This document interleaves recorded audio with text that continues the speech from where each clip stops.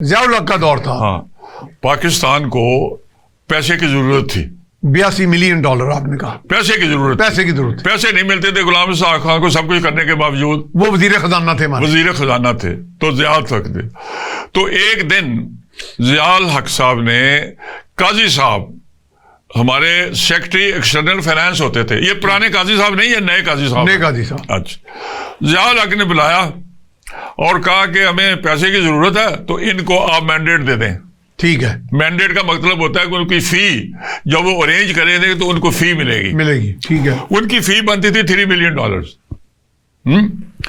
تو جب قاضی صاحب کو بلایا کہ ان کو مینڈیٹ دے دے، قاضی صاحب نے کہا جی نہیں، میں مینڈیٹ نہیں دے سکتا. اچھا، وجہ بھی بتائی انہوں نے. ضیاء الحق کو بتایا. حالانکہ ضیاء الحق بڑا جابر آدمی تھا. تو ضیاء الحق گالیاں بھی دیتا تھا لوگوں کو اور بدتمیزی بھی کرتا تھا. قاضی صاحب کو برا بلا کہا تو کہا دفتر سے نکل جاؤ. تھوڑی دیر کے بعد غلام صاحب کا فون آیا کہ یار دیکھو، میری نوکری بھی جائے گی، تمہاری نوکری بھی جائے گی، کچھ تو طریقہ سیکھو، کچھ سوچو، کوئی راستہ نکالو. کوئی راستہ نکالو. تو قاضی صاحب نے کہا اچھا جی، میں لگاتا ہوں، میں طریقہ نکالتا ہوں، تو میں اس کو سوچتا ہوں.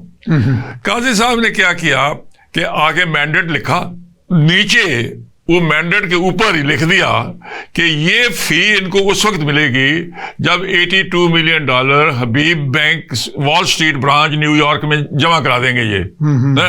اور ساتھ ہی عقل مندی کی بات یہ کی کہ حبیب بینک کے مینیجر کو نیو یارک میں فون کر دیا کہ یہ میں نے مینڈیٹ دیا، اس پہ میں نے یہ لکھا ہے، خیال کرنا.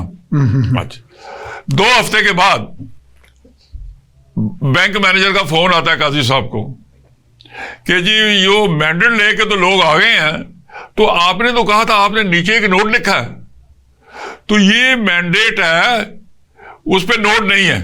اچھا. اب آپ ذرا اندازہ لگائیں. دیکھیں ایسا میں جب یہ ویکنیس پوائنٹ آؤٹ کرتا ہے نا لوگوں کی ویکنیس، تو میرا مطلب صرف یہی نہیں ہوتا کہ ایک اسٹیٹمنٹ دے دو.